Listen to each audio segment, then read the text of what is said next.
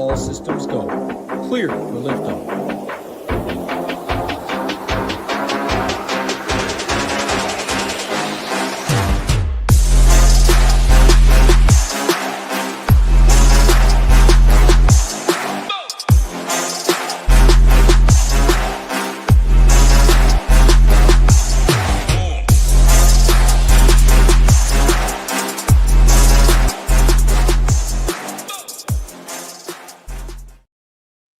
What is going on, Ship It Nation? Back with my guy, Gyiraszin. We got day baseball going on. We got night baseball. I think there's, 17 games in total, an 8-game early slate, 9-game. Obviously, one of those being a doubleheader with the Yankees and the Pirates after that game got waxed yesterday.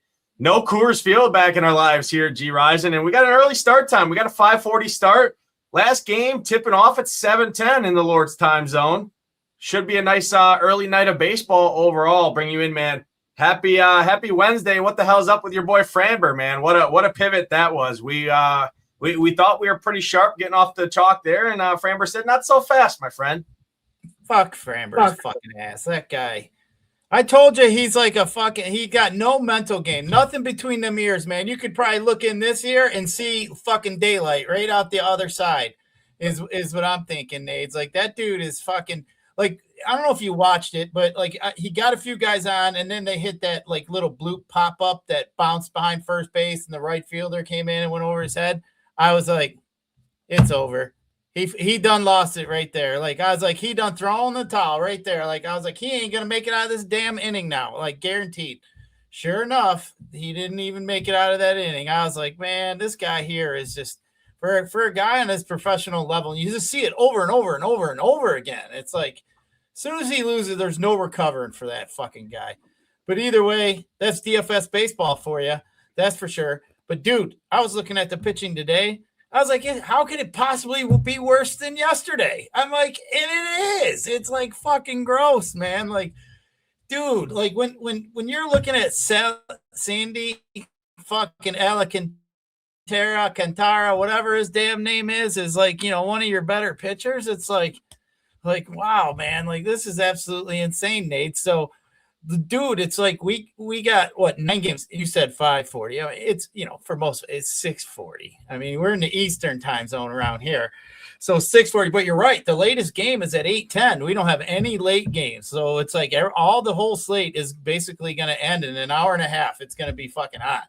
So there is no, late little swap in, figuring shit out. So, but yeah, interesting one to talk about. That is for sure. We don't have any like obvious shit today. Like, we don't have any 13 game total or, we don't have any, premier strikeout pitchers. We don't even have any premier kickball pitchers on this slate. They all stink. It's, they're all like guys that you wouldn't normally play. Like, I mean, I kind of think Bradish is probably one of the better plays, but I mean, now you're going against a hot Red Sox team. So it's like, I don't know. It's kind of funky, Nades, but yeah, good night.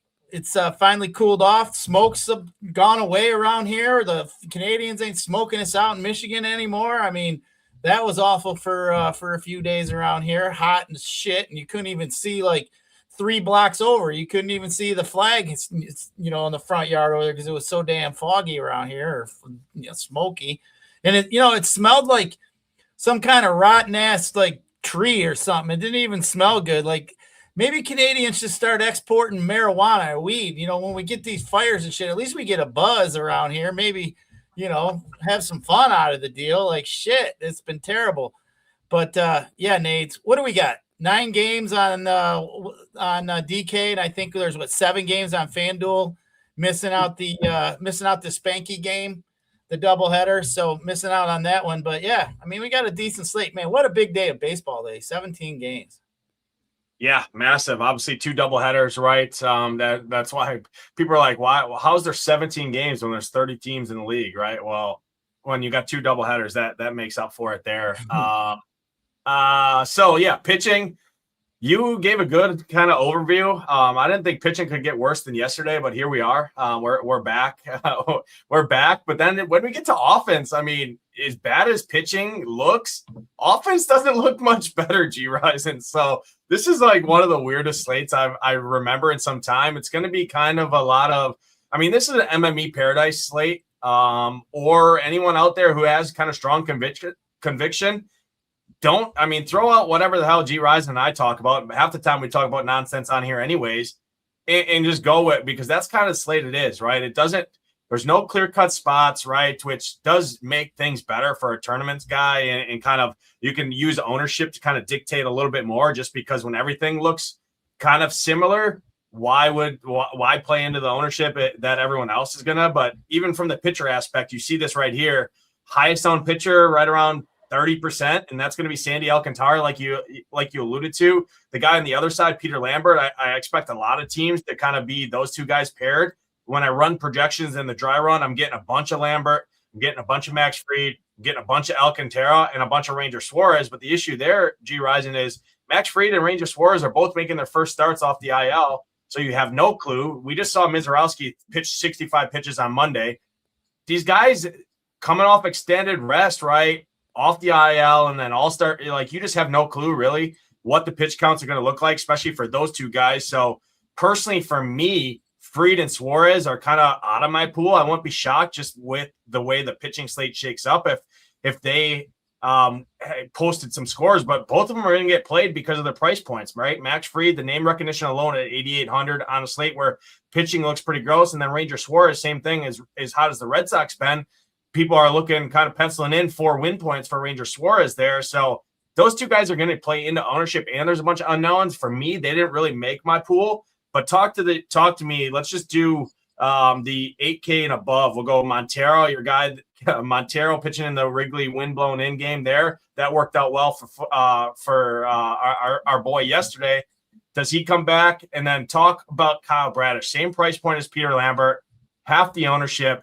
Exact same price. Yeah, he gets the red hot Red Sox, but Bradish I still think has talent, and he's going to be unowned on a slate where everyone's going to play the other guy at 9K. So I think there's some interesting tournament ways to go from a pitching aspect, but Alcantara does look like the best overall option on the slate. Yeah, I mean, we'll start out on the bottom there with Montero against the Cubs. I mean, Montero, just for me, he doesn't have any strikeout capability. I mean, his strikeout percentages are pretty low, which is kind of scary. 15% to the left side, 19% to the right side. That's not terrible, but I mean, he has been getting barreled up by lefties, 9%. Ground ball rate's really low to lefties. Fly ball rate, 33%. He is more of a ground ball lean pitcher to the right side. So, I mean, the Cubbies, though, we know can do some damage from that left side. PCA has been just hot as can be. Bush has been looking good. I mean, come on. Bush always looks good. And then, Hap's been, not bad there on the left side, 366 WOBA against righties. So I'm not really all that much of a fan of Montero. I mean, I just don't see the upside. Griffin Jacks, man, I like last start, he gave up a bunch of runs. He only gave up 1 homer, which, I think it is interesting. He had 3 points, but before then he was pretty steady in the team, 23 points, 18, 24, 18, 18, so he's been pretty consistent. So I definitely think he's a guy, 5 to 6 strikeouts, pretty much most starts. He's been getting 5 innings. If he can get past that 6 inning mark there for a quality start on FanDuel, that would be definitely something that I'm usually trying to look for as a guy that I think can get me that quality start and a win, especially being 10 points combined over there. So I think Jack's in the conversation. I don't really like the matchup, though, against Toronto. It's not really that strong. You mentioned Alcantara. I mean, this is a guy, I haven't really even thought about playing much all this year. I mean, he's priced at 8,500. He's looked good his last 3 starts. He's had 7 Ks, 8 Ks, 8 Ks. His last handful of starts, been up over 100 pitches, 6 innings, 7 innings, 8 innings, been looking really good.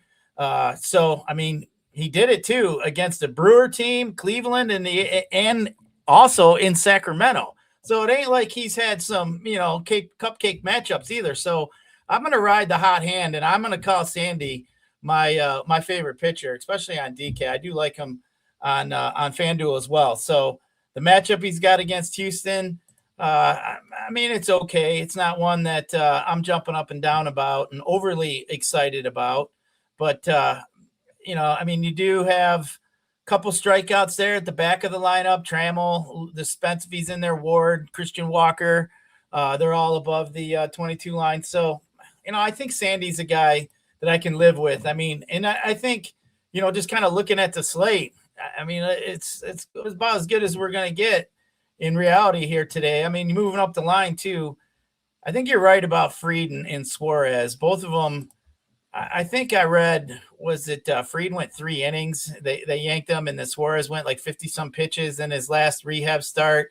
And to kind of go on what you said, I have a few guys that I've known over the years that have had experience pitching at the major league level, and I've asked, even in my DFS years, and asked guys who are major league pitchers, like, what are things that bother you? Was it like, rain or cold, or, I've always asked that. And, the answer I always got was when they went off of their normal routine. Like, pitchers are creatures of routine. Like, they want to do the same things. Do the same things in between their 3 or 4 days, how they practice, how they stretch their arms, and then they want to go full go.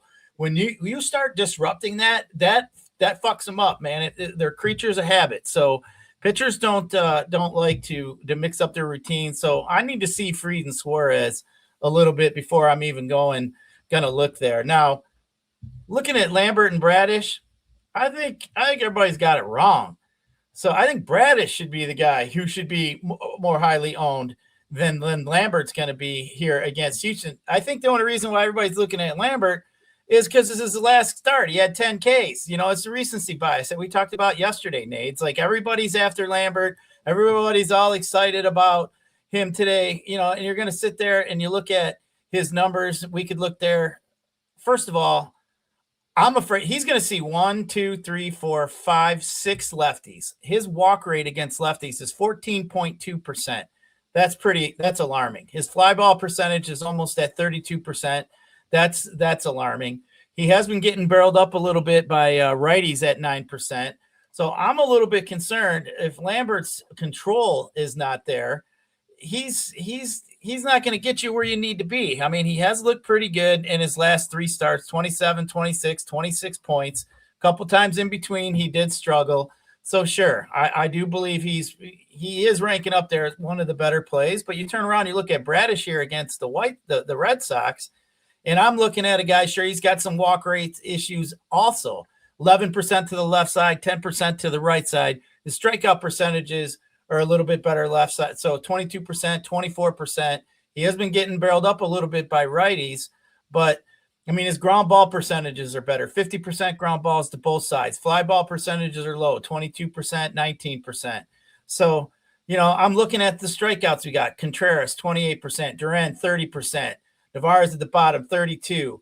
Siegler, they're all – the only one that really doesn't have strikeouts, Yoshida and Durbin, are the two that I'm not looking at. So when I'm kind of looking at the numbers from a blind perspective, Nate, it kind of looks like to me the Bradish numbers are a little bit better than I feel Lambert's seem to be at this point. Lambert, I mean, they're both in the same perspective, but when I'm looking for thin margin, I actually prefer Bradish over Lambert, I guess is what I'm getting at. So I think, that would be a type play that I could get along with. And then, you start looking at anything below.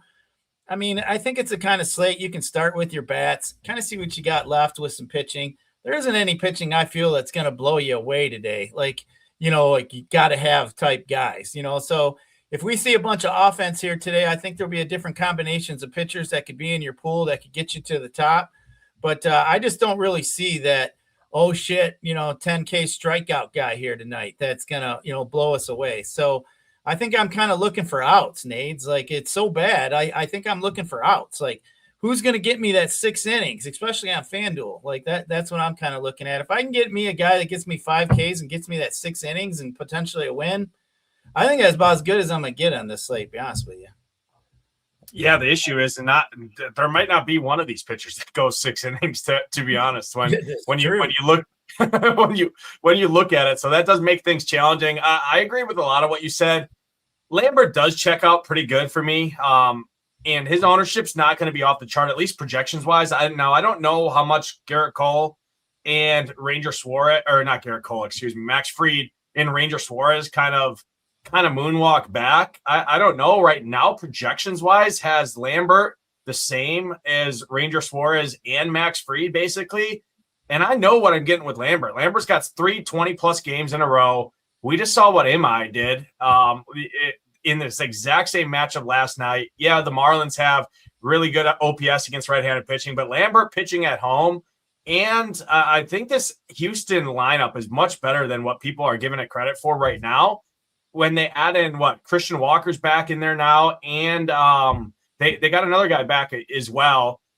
I'm a little worried about Sandy on the other side. So for me, between the two, I do have Lambert number one. I do really like Kyle Bradish as well at 9K. I like both of those 9K pitchers. And then my third guy is actually going to be Griffin Jax. So I have it ranked Lambert, Bradish, Jax, Alcantara up in the top. I'm not messing with Montero. I'm not messing with Bennett, or not Bennett, excuse me. These freaking doubleheader guys are showing in here in Saber in the screen that I'm looking at. So for me, it's really those four guys. I'm not messing with Ranger Suarez and Max Fried. If you wanted to, they have upside because we really don't know. I mean, we just said, I don't know if any of these pitchers go 6 innings or makes it into the 6th inning.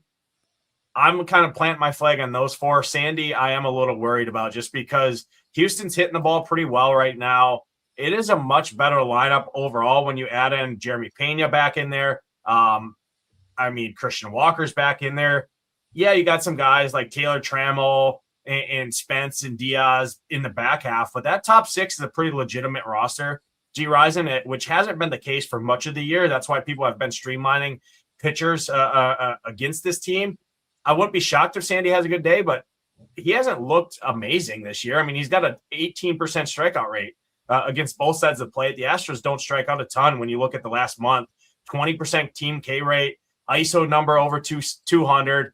I'm a little worried about a chalky Sandy Alcantara when I like the other 4 guys that I mentioned up here more in Bradish, Lambert, Jax, and even even Sandy. But those other 3 guys I like a lot more is kind of how I shake up the slates from the top tier.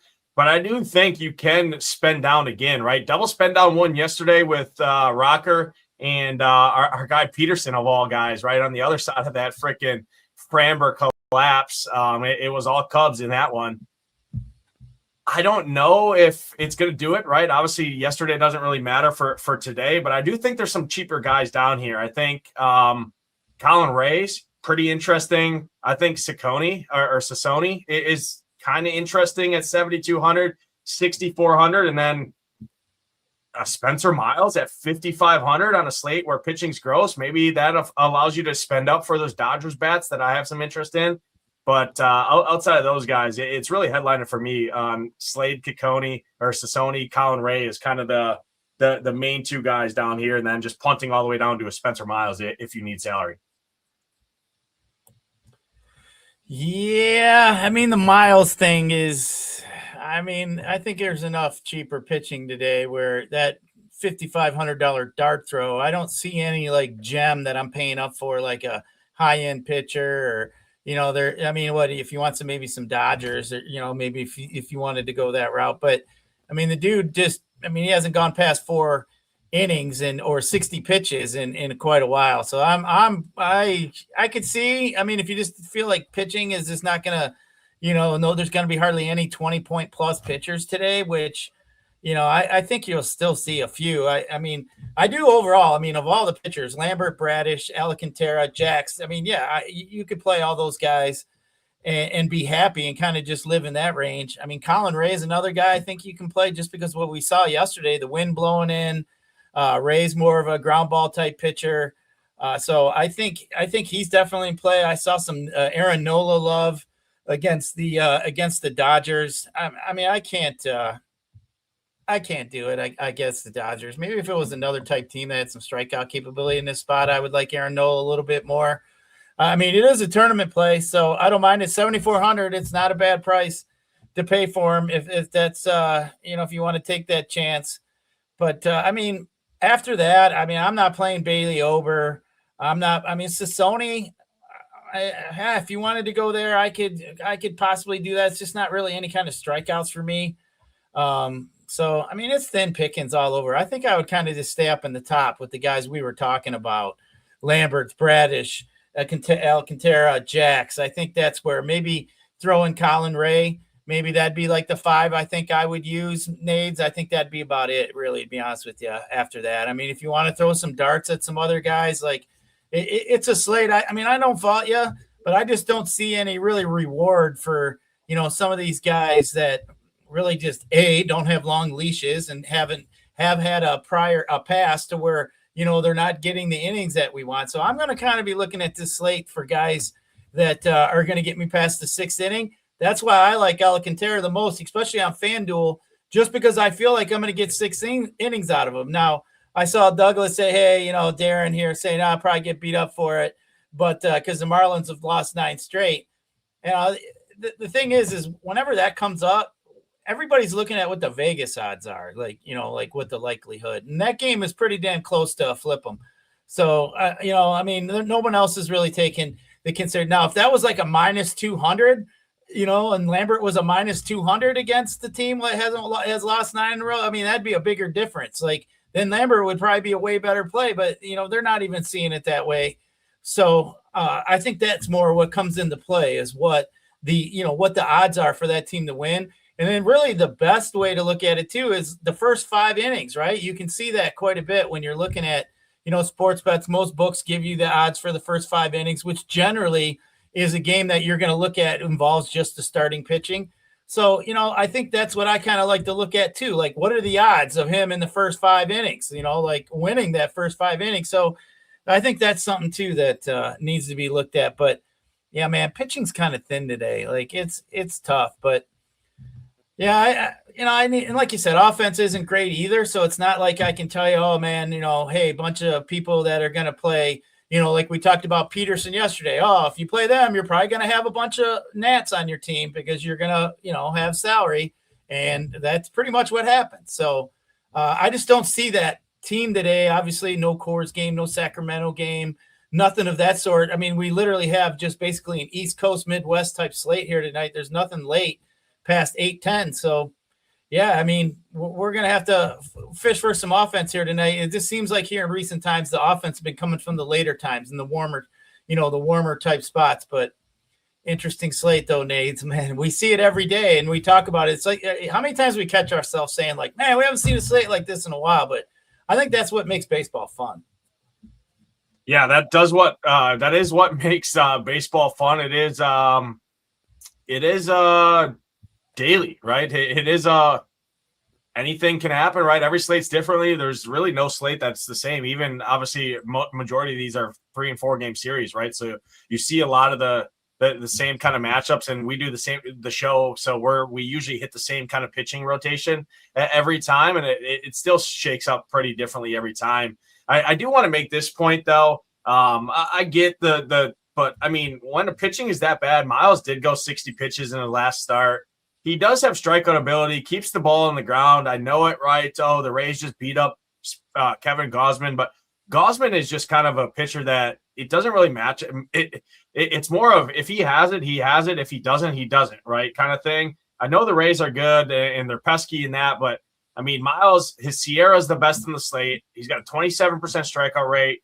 He's got good K per 9 stuff. And when pitching's this bad, I mean, I don't think it's the worst play in the world because it does get you on a different roster construction, but he is definitely kind of the distant guy. My favorite guys down here would definitely be Colin Ray. And then I have a little more interest than you did in a guy like Slate Sassoni, but majority of my teams are going to be 2 of the guys up at the top, Bradish, Lambert, Alcantara, and Griffin Jax. Kind of those 4 guys is really where I'm headlining my teams around. Ray would be the 5th. So we do kind of see it eye to eye in that regard here. Gyiraszin, when we jump over and talk hitters here, let's go ahead and refresh our other stone that does show the lineups here. I'm going to talk a lot about bullpens because I think the slate is probably going to end up being won at the end of the night by against the bullpens. First, to start us off here, Dodgers, Phillies, Aaron Nola. People were talking about him. He's had some home run issues. It's really good hitting weather here, the best in the slate. Dodgers do look like the best overall offensive spot for me here tonight. I know Philly's bullpen's good. I know Aaron Nola's a pretty solid, but at its current state, him against lefties is just not that great. He's going to see 6 lefties in here. and all really good ones at that. I think the Dodgers are super interesting here. They're not going to be super low owned, but ownership's going to spread amongst pretty much everyone on this slate. And it's going to be pretty similar in this game from both sides. I lean the Dodgers in this one. I think the Dodgers are, all things considered, probably my overall favorite stack on the slate. But talk to me here. First game, Dodgers and the Phillies. Yeah, the Dodgers and Phillies for me. I mean, they better get the Nola pretty quick off the top. I mean, that bullpen behind Nola is pretty good. You mentioned the trouble Nola's had with lefties. I mean, that's definitely going to come into play today. But like I said, and you said at the top, I mean, bullpens, I think in this, I mean, pitching isn't great. Offense isn't great. So, yeah, I mean, that's definitely a good type strategy to just think to yourself, you know, yeah, I'm going to attack this, or, you know, like any kind of slate you go into, you should have some sort of a strategy. I do like the strategy of looking at some bullpens here. I mean, we kind of look at that most days, but maybe today a little bit, we just look at it a little bit more because you know what? We're not expecting, we even said we don't know if any pitcher will go 6 innings. I do think Sandy has a good chance. That's why I did, you know, kind of highlight him today, but yeah, so I think bullpens are going to come into play, but the Phillies have one of the best bullpens. So, I mean, to me, I'm a little concerned with the Dodgers and for them to be up on top. I actually got 2 other teams ahead of them. I do have them third, actually. So, but Dodgers are definitely in play. You got a game total sitting at 9.5. So, I mean, that's one of the higher game totals up on the board today. But yeah, I mean, Dodgers, you can't argue going against Nola from the left side. His WOBA's 362, 228 ISO, 10% barrel rate, fly ball rate up at 30%, ground ball rate's pretty low. So, I mean, you got some guys over here on the Dodgers that definitely can get the ball up in the air. Shohei gets it 31%. I mean, they got 1, 2, 3, 4, 5, 6 hitters that are over 30% fly ball rate. So I think Nola could be in trouble in this one. I mean, that's one you could either play Nola or you could play against him. I'd rather go against them. I just don't have the Dodgers up as high, and I did consider ownership into my decision by having them third. Yeah, no, I get the reasoning there. I'm definitely going to have a lot of Dodgers. I think they're pretty if I had to kind of just close my eyes and pick one team, it'd probably be them as the highest likelihood to score the most runs. But yeah, Phillies do have the second best bullpen. I'm trying to pull up their bullpen usage here and just see how rested they are. Because we haven't seen Philly on a main slate. They used 2 arms yesterday, 4 arms the day before that. I mean, 42-31. They got some innings on or pitches on majority of their guys in that bullpen arm. Every guy has thrown at least 18 pitches in the last 3 days. That doesn't matter a ton, but at the end of the day, it's still the Dodgers on paper. They do check out pretty good. I don't really like the Phillies side of things. Eric Lauer, I don't think is very good, so that's why people are going to the Phillies here, at least projection ownership-wise. They have the Phillies higher than the Dodgers, at least we do here. Turner can always be in play against the lefty, but, I mean, you got guys like Derek Hill. So some of these guys are pinch hit guys anyways. So, yeah, I'm not in on the Phillies. Dodgers do have a really good bullpen as well. It's Dodgers or bust for me in that game from an offensive standpoint. Next spot on the slate here, though, I'm going to have some interest in a team that I never usually really like much. I think Bailey Ober's not very good. I think he sucks. And the Guardians get our guy J-Ram back. Jose Ramirez at 4,800. I mean, we were paying, what, 6,200, 6,400 for this guy. He's at 4,800 hitting second. You got DeLauder right behind him. Bazana's back in, and Manzardo. This lineup has some guys now back with J-Ram. They still suck as an offense. I know you're going to call them the Indians here, but the Twins, I'm talking about bullpens. Twins, second worst bullpen in baseball and not a great starter. And you add in the fact that they had 2 guys throw 49, 47 pitches yesterday, 28 pitchers. They're very, very taxed. I talked about the Phillies bullpen usage, 49 pitches, 47 pitches, 45 pitches, 36 pitches, 30, 28. They have majority of their bullpen at least 28 pitches or more in the last 3 days. That's pretty taxed, and they're not good at that. I think the Guardians have a path to success on a slate like this that nobody's really going to play them, and that's got to be a big morale booster getting J-Ram back. Talk to me. I could get into playing a little bit of Indians on this slate. I mean, I don't mind it at all. I mean, Kyle Manzardo is a great play. And that PD guy at the bottom, too, I think is a great play. He's pretty helping. He's cheap as hell. I mean, that dude's got a 46% fly ball rate, Nades. He's got a 12% barrel rate against righties, too. So does Manzardo. So I think both of those guys are in play. PD, the bottom of that lineup, you can flip them around there if you want to do that, too. So, yeah, I think them getting J-Ram back, I mean, that's definitely – going to help out a little bit. So I think the Indians are definitely in play. You mentioned that bullpen stinks. So I don't mind that at all. I think it's in play. I don't think I'd go overweight or too heavy on it. I do think you can pluck this game for some cheap homers too. You know, like Manzardo's cheap. That PD guy's cheap. You know, like the only one really expensive up at the top is J-Ram, right? So, I mean, I think you got some guys there that do have some power potential, crappy bullpen, like you said. So I think, that's definitely in play. Now, the other side of that, up against Sassoni, you know, for me, Sassoni is, you know, more of a ground ball type lean pitcher, doesn't really give up too many fly balls, maybe 26% to lefties. But, I mean, you know, maybe you could look at somebody like a Cody Clemens if you wanted to look at something like that. He's got a decent fly ball rate. Other than that, I really do prefer the Indians in this one. So, I mean, 640 start. Have get a couple Indians. I mean, they do have some power in that left side, so I don't mind attacking over. He's been bad. I mean, you look up and down his stats against lefties so far. K percentage is at 15%, ISO 256, ground ball rates low, fly ball rates high, barrel rates high. Everything's high, except me at this point in time. That'll change after the show's over, though, Nate.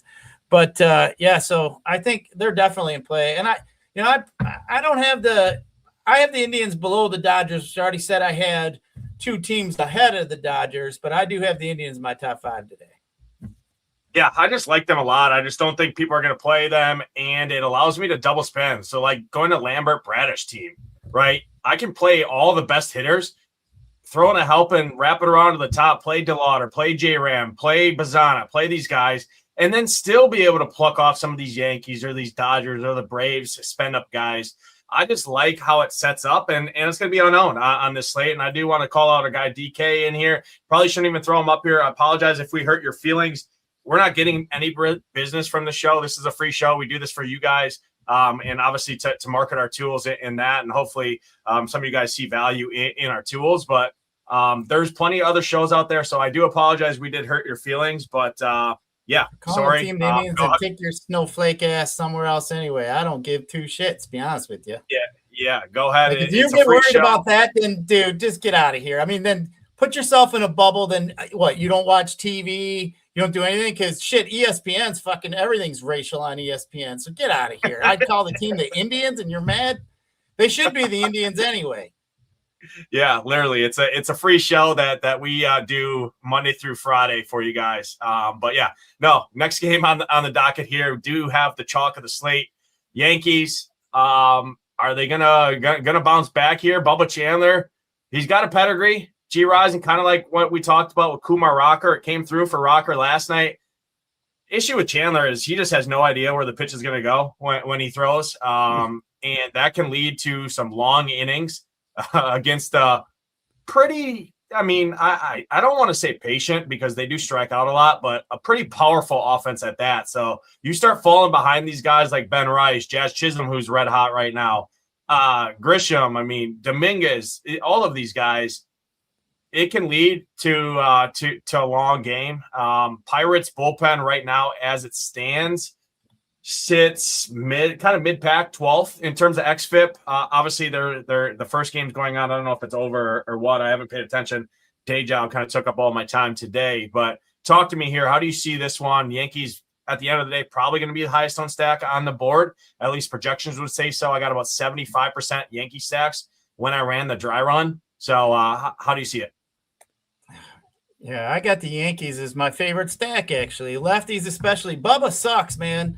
Bubba can't get anybody out. If I keep saying Bubba, my cat's going to come running because that's my cat's name. So, but either way, I mean, Bubba's has been bad. 12%. He's been walking I mean, he's got a 13% walk rate overall, 13% to the right, 12.5 to the left. Woba 347, ground ball percentage low, fly ball percentage is high to both sides, getting barreled up by lefties. I mean, you don't want to be a team that a pitcher that's gonna, just been struggling with lefty power, because the Yankees are gonna bring it with the lefty power. So as you mentioned, bullpen isn't all that good. I think Yankees definitely for me stand out. Yankees are not on FanDuel because of the doubleheader issue there, but yeah, I do. I definitely have the Yankees ranked up there pretty high. The first game did go into 10 innings, so you're talking from a bullpen standpoint. The Pirates used 3 guys, including their closer in Soto. So he's probably going to be unavailable. He threw I don't know how many. Let me see how many. I don't know how many pitches he threw, but Mlad, Montgomery, and Soto both threw. The Yankees did use after Garrett Cole. Garrett Cole obviously went seven innings with 11 strikeouts, but they used 4 guys after Cole. So with the doubleheader on the back-to-back, I mean, you can have some merit here. I don't like picking on Max Fried because he usually keeps the ball on the ground, but we already seen this, right? We already seen the circus come back once, Gyiraszin, and then he went back on the IL. And when he came back, I mean, he had some issues. He didn't look like himself. His strikeouts were down. His velocity wasn't there. I won't be shocked to see the Pirates put up some runs here on the other side of the chalky Dodgers, or the other side of the chalky Yankees game. I don't love picking on a Yankees team, but they did use 4 arms in that first start. They used a ton of arms with the doubleheader on Sunday, where all of their bullpen really threw 30-plus pitches. So I won't be shocked. I mean, Valdez murders left-handed pitching. I think he's an elite one-off on this slate at 4K. I don't know what this guy has to do to get priced up. DraftKings just clicks the $4,000 price point. The intern out there just says, oh, yeah, this guy's been scoring 20 DraftKings points a night. Let's just keep him at 4K in the outfield where you get to play 3 guys. So I think Valdez is an elite option on this slate. Gonzalez, if he's in there, Ozuna. I think you can pull some of these value power guys. Henry Davis, if he's in there. I think the Pirates have some sense, but yeah, Yankees very hard to kind of ignore. Especially on the back end of a back-to-back here. I do like this game, but I have the Yankees behind the Dodgers personally myself. I do have the Guardians ahead of the Pirates, but I have some interest, mainly Valdez kind of headlines the Pirates for me. Next spot on the slate, Rays, Blue Jays. This is one I don't love from a DFS perspective. 2 good bullpens here, 2 pitchers that really on Griffin Jackson's side I think you can play. I'm not really buying what happened yesterday. Again, this is all I care about is tonight. It's just I don't love this spot for offense here up in Toronto in Canada with the smoke. Yeah, they can keep all that damn smoke. That was terrible, man. I mean, it was hard to breathe. It felt like you ran a marathon when you're outside for like even a half hour, 20 minutes. But either way, yeah, this one here, I'm not too big of a fan on this one for offense. I don't like picking on. I'm not going to pick on Jax. I like him today. And then with Tampa Bay against Fisher, you can play Junior Caminero. I mean, man, what a performance that guy put on during the All-Star home run contest. I mean, if that dude was anywhere else, like in a bigger market, Nades, that dude would be like they would just publicize him being just way more better of a ball player than he is. He'd get way more love than being stuck down there in Tampa, because Junior can hit the shit. Isn't he your guy that hit the home run, won your parlay that time? Wasn't that Junior? Yeah. Junior was the hero. His 5th at bat, because they were raking. Everyone on the team damn near hit the home run besides Junior. And I'm over there playing duck pin bowling with Tambo and Hoop, drinking our freaking whatever, getting cut off from our wristband because the damn place doesn't have a bunch of Wisconsinites coming to drink, so they keep cutting us off. And Gyirasin's over there watching the TV, and he goes, "Hey, Nades." I look over, Camanero's doing the trot, and I hit the 5-leg parlay for like 4,500 or something off $10. Wasn't it you and Ham? Didn't you guys talk about it on the show? I think he literally. We talked about it on the show. Yeah, we talked about it on the show, and it was all headlined around Caminero, and I think we hit all 4 that night on the show. So there was a bunch of celebrations. It was an epic moment that'll never get forgotten about, and hopefully, as I was whooping y'all on string bowling. Yeah, hopefully we can run it back in Vegas in about a month, right? That'd be fun. Yeah, go ahead and any additional takes here from this game. Yeah, nah, I'll pass. Yeah, I don't love it either. You can always play a spend up to be contrarian, Junior Caminero at 5,800, like you talked about. I always have a soft spot for him, but yeah, I don't love that game on either side. Next spot on the slate, we got the Red Sox and the Orioles. Red Sox going for 14 in a row now. Did they win? Did they win the first game of the doubleheader? Is it still going? I haven't seen. Let me see. Red Sox. Maybe I'm just totally mistaken. They won 6-3. Yeah, they won 6-3. So now they're going what? Going for 15 in a row, something like that. They faced Kyle Bradish here. In terms of it's wild, isn't it? The team just goes into the All-Star break. They're not killing it in DFS. I mean, they won all these games. They're winning like 5 games. That's what I talked about yesterday, right? Is they've been scoring like 4 or 5 runs. It's like the Brewers, right? Brewers continue to win and just don't be relevant for DFS because they don't hit home runs and they score. There's 6 runs, but you have no idea. It just doesn't bode well. Red Sox used 3 bullpen arms. The Orioles only used 1 arm. Orioles do have a really good bullpen. Dean Kramer was able to go 6 innings with 5 strikeouts. I think I think our guy Bradish is a better pitcher. I think Bradish has a lot of appeal, as you talked about in the pitching aspect. Red Sox are hitting the opto. I don't know how much of that is going to hold true here. I don't love this game from a DFS perspective here. It is a good place to hit. You got some wind blown out towards kind of right field in this one. Temperature is right around the upper 70s. Talk to me here. How do you see this one? Yeah, I mean, you got 2 good pitchers, I think, in this one. I think it's, are you going to get any kind of leverage for me? I don't feel like I am. So for me, it just feels like it's just too big of a risk for me to feel like one of these teams is going to be able to be one of the stacks I need here today. I don't love going against either pitcher or the staffs. Yeah, I mean, both bullpens are rested. Even with the first game, like I said, O's only used 1 guy. Red Sox did use more, but the rest of their guys are all pretty rested in there. Yeah, I don't love that game from a DFS perspective. The next game I do have. Someone mentioned Michael King in the chat from the pitcher aspect. I have 0 interest. I actually have a lot of interest in this Braves offense. They're hitting the ball well right now.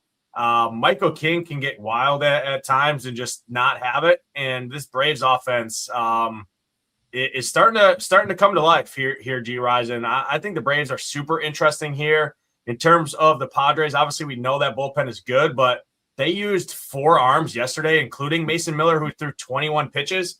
I have probably a pretty strong feeling that Miller's probably not going to go back-to-back. They obviously don't like throwing that massive contract back-to-back days for a good reason. Matsui threw 21 yesterday. Rodriguez threw 15 and 17 on Monday. He's going to be unavailable. Wandy Peralta's thrown twice in the last 3 days. I mean, you're probably looking at some of the lesser arms coming out of that bullpen and a guy who I think is fairly attackable. Braves look pretty interesting here to me as a pivot off of the Yankees and the Dodgers at similar price points. Talk to me here. Yeah, I mean, if you like the Braves, I mean, you're going to want to look at the lefties against King. I mean, he's given up a 10% barrel rate so far this season, 20% K rate. His walk rate's at 10%. But, I mean, this guy's like a mid-ground ball lean pitcher, 45%, almost 46% to the left side. He's 44% to the right side. So with that in mind, I'm going to look over at the Braves here, knowing I do like some lefties, and I'm going to want some guys that hit the ball up in the air. Ozzie Albies and his 36% fly ball rate, Olsen 34, Austin Riley even, Yastrzemski, basically the top 6 of that lineup. I think you can leave in there with basically the only righty being Austin Riley. So I think, the top 6 there, I don't like Dubon. He's more of a ground ball type hitter, low fly ball percentage, 23%. So yeah, I don't prefer the 7, 8, 9 hitters in this lineup.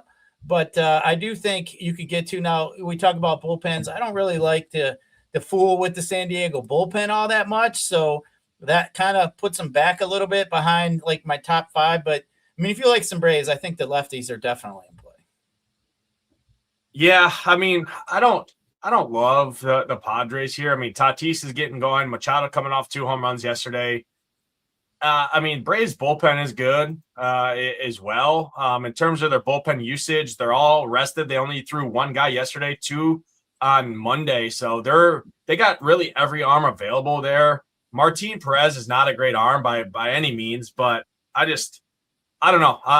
If there's one team that's going to get ownership that I'm going to sell on the most, it's definitely going to be the Padres here. I think the Padres are your chalky value stack to add with your Dodgers and your Yankees, right? When people are going there, because Ty France, 3,200. Luis Rengifo hitting second for 2,700, dual position eligibility. Cronenworth, 2,800, dual position eligibility. I mean, you got Jackson Merrill at 4-3. Like, I just think this is the team that everyone's going to play. I'm a little worried. I'd prefer the Brave side, actually. That top 6, you don't have to worry about ownership with them, so you don't have to worry about messing with the 7, 8, 9 guys to get different like you did with Coors Field and stuff like that. I just like the way Drake Baldwin's playing right now. He's 4,600. Olsen's always good. Albies, like you talked about, Harris, Riley. And it's a pretty taxed Padres bullpen being as good as they are. Some of their better arms are probably unavailable here tonight, which I do like. Next game, Wrigley, Cubs, Tigers, Montero, Colin Ray. We had a decent amount of interest in Colin Ray here, but he's not bulletproof by any means. Maybe some of these Tigers lefties can get to him. He is susceptible to the left side. He actually gives up a lot more power, though, to the right side. And his strikeouts are lower. The issue is Tigers don't, outside of Torkelson and Dingler, who I think are 2 really elite kind of mini stacks on this slate. They're probably going to hit close to each other. I won't be shocked. I just overall, I don't love this game from a DFS perspective. It's not great hitting environment here. Talk to me. How do you see this one? Yeah, I mean, if you're going after Ray, I mean, it is better to go after him with right side. I mean, a little reverse blitzy. Ground ball rate is higher, almost 50% to the left side to 38% to the right side. So fly ball rate almost 37.5 to the right side. So, you know, any kind of righty that can get the ball up in the air, Dylan Dingler, I mean, dude's been just smashing the shit out of the baseball. Torkelson, as you mentioned too, I do like. But yeah, I mean, overall, I don't care for the Tigers overall as a stack against the Cubs. Like you said, the weather is going to be tough from what I'm seeing. It blowing in about 9 to 10 miles an hour. So it's only 70 degrees now. It's been pretty hot up here in the Midwest in recent weeks. It's not as hot at this point in time. Even here in Michigan, I think it's only like 74 or 72 or something like that. But yeah, so maybe some one-offs, as you mentioned. But Dingler's been really hot, man. This dude's been just smashing the shit out of the baseball here in recent times. Yeah, I think Dingler, Torkelson are really interesting. Those 2 righties there. We have them projected to hit 5 and 7. Nobody's going to play those 2 guys, and I think they're pretty interesting. Cubs, I don't have a ton, but Cubs got the job done yesterday against Framber, but I think anyone would have got the job done yesterday against Framber because he's a head case. PCA, though, I think is an elite spend up to be contrarian off of some of those Dodgers and those Yankees outfielders. He's been insane all year. Suzuki's been really good. So I think this game is much more of one-offs, 2-man stack, something like that. Probably don't get to this game much for a full 5-man overall. Next spot on the slate, White Sox and the Rangers. I mean, White Sox got blanked yesterday by Kumar Rocker. I mean, call me crazy, call me stupid, call me whatever you want. I'm right back in on the White Sox. I don't care. It's daily fantasy for a reason. They burned a lot of my teams yesterday. I mean, Cal Quantrill, I would stack Hoops Little League team against this guy. I'm Antanasi, Murakami, Montgomery. Colson Montgomery being back in there helps a ton. Braden Montgomery. I mean, give me all of these lefties, and then don't forget about Vargas. Don't forget about a cheap Meadroth at 3,700 at second base, which is a weak position. I'm back in. Sign me up for some White Sox again, and don't sleep on the Rangers again. Anthony Kay he's got some pedigree, but he hasn't been great. Wyatt Langford is murdered left-handed pitching. He hit a bomb last night. Foskey's been red hot against lefties all season. He's a little bit of pinch hit concern there. Probably potentially only could see 2 or 3 at bats, but 3,400 at second base. I don't care. Second base is a ghost, a wasteland. Berger looks good. Nimmo hit a bomb last night. Duran. It's really the top kind of 5 are the main guys for the Rangers. I don't really want to mess with these other guys, these jabronis at the back half. Definitely not playing Nicky Lopez, so I'll tell you that for free. But the top half of the Rangers, and then I love the White Sox, especially the lefties.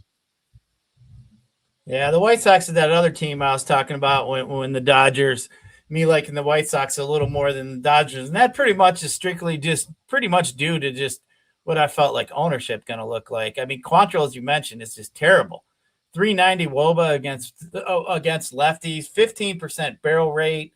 I mean, he's walking at almost 10%. I mean, he's got a 17% K rate. I mean, this guy's just been just absolutely terrible. And on top of that, he just been even just as bad against the right side with his K percentage sitting at 10%. So, I mean, this guy isn't going to be striking out any righties.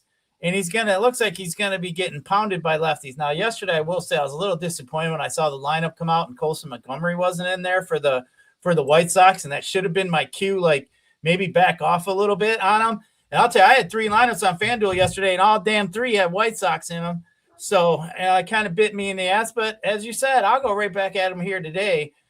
Tyler Alexander going to start out that game. So, Vargas smashes the shit out of lefties. So he'll probably get an extra base hit at the beginning of the game there. And then you're going to get Quantrill to come in and, coming back around. I mean, I wouldn't doubt it if, you get to the top of that lineup back by the middle of the second inning. So, yeah, I could definitely see the White Sox being up at the top of the boards here today. I'm going to go back at them. Hopefully everybody's a little scared off by them, but I'm going to go right back at them. I mean, they've been one of the better teams against as far as hitting righties all year. So I think the White Sox for me are one of my favorites. Murakami probably go deep today. Just like they didn't do shit. I love the White Sox here. Overall, much different spot here than facing Rocker. Rocker at least has some pedigree. He's up and down.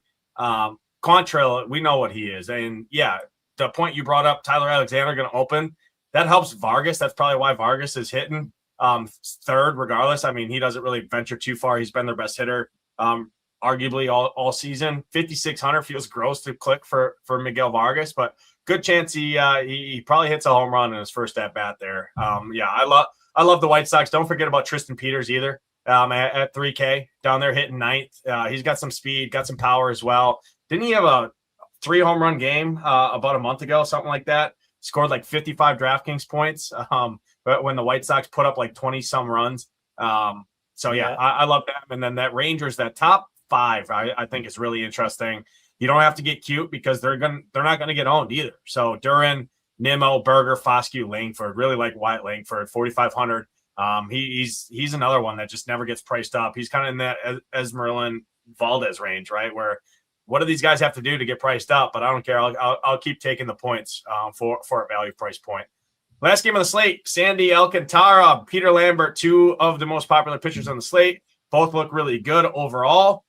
However, you got a really, really good hitter in this game, and Yordan Alvarez, who is in play every time he's on the slate. I think he's an elite spend up to be contrarian as well. Marlins, I think you can still home run hunt. Joe Max got 2 home runs back-to-back. I mean, I'd look at some of these lefties, a Stowers, a Hicks, a Mack, but if I'm going to the Marlins, it's more of the value guys, but we don't expect pitchers to go long, and you always have that Houston bullpen and the Marlins bullpen behind both of these guys. Talk to me last game of the slate.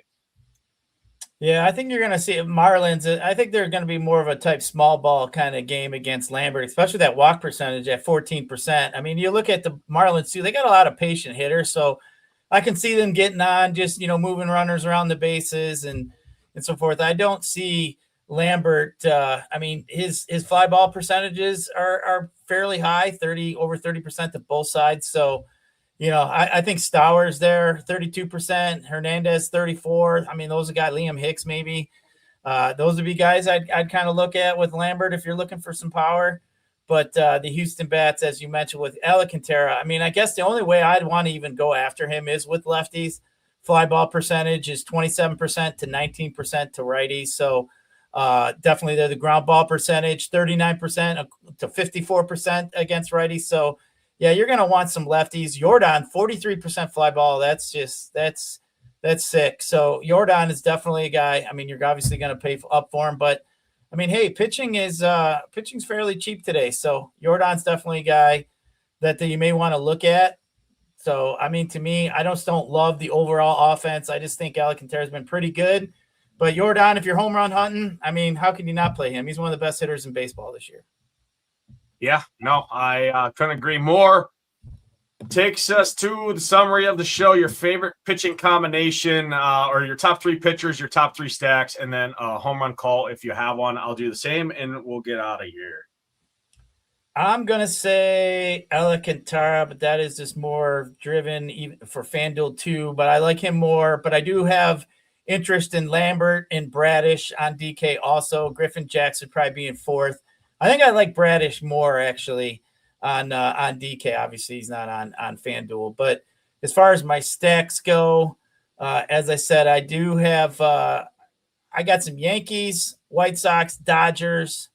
I think those are teams I'm looking at. I think low-owned kind of stack, as we mentioned, the Indians. And I'm going to say Kyle Manzardo is the guy I'm going to call is going to be my home run call here tonight. Kyle Manzardo, I like that. I'm going to go I'll go Peter Lambert. I'll go Colin Ray, and then I will go Kyle Bradish. Is kind of the 3 main guys there. Alcantara, I get it. I'm going to have some of him for sure. That kind of summarizes that. My top stack, Dodgers number 1. I'll put the Yankees 3rd just due to ownership. I'm a little worried about them. But Dodgers, Braves, Yankees, and then my low owned kind of sneaky sleeper stack would be those Guardians there. I like them a lot in the White Sox. So that's kind of my top 5 there. I know I gave you more. My home run call, I don't want to do it because I've been ice cold with these damn calls. I mean, I fucking gave out Joey Ortiz yesterday, and then he comes on today, hits like a triple. It never fails. So I know I'm going to play this guy. I don't want to give him because the whole curse thing that people throw out there. But I'm going to Valdez. On the other side of that, in that exact same game, this dude has murdered left-handed pitching. He's 4K. He's too cheap. I like him a ton. And then I will go another lefty too, Michael Harris for the Braves. I'm going doubling down with 2 lefties, or not 2 lefties, but Michael Harris and Valdez, both in that kind of 4K range, hitting in the hearts of that order to round us up. For Gyiraszin, I'm Nades. Good luck tonight in those contests. Thanks for all the comments. It was fun to keep the chat interactive. Never seen the chat fly so fast after we brought that buddy up on the screen there. But yeah, we'll be back. No harm, no foul, Nays. No harm, no foul. I mean, we appreciate it. We just say how it is. That's the best part about doing shows with you. We speak what's on our mind. We don't sugarcoat crap. And if you don't like it, that's all right. There's other places, there's other shows across the industry that you can go and look. We're doing this for free for you guys at the end of the day. So we appreciate y'all. For Gyiraszin, I'm Nades. We'll catch you guys next time. We're out of here. Peace.